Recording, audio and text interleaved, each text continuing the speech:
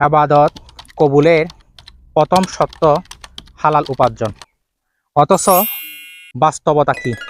পাবলিকের সামনে ইবাদতের লেবাস, ধর্মীয় কথা আর আমলের প্রদর্শনী, আর পর্দার আড়ালে হারাম উপার্জনের প্রতিযোগিতা। হালাল হারামের সীমা ভেঙ্গে লোভ দেখানো, ইবাদতে আত্মতৃপ্তি খোঁজা হচ্ছে। ভাবা হচ্ছে ইবাদত করলেই সব মাপ। কিন্তু মনে রাখা দরকার, হারাম দিয়ে গড়া জীবনে ইবাদত হয় বোঝা, কবুল হয় না। আল্লাহর দরবারে পৌঁছায় নিয়ত, সততা আর হালাল রুজি।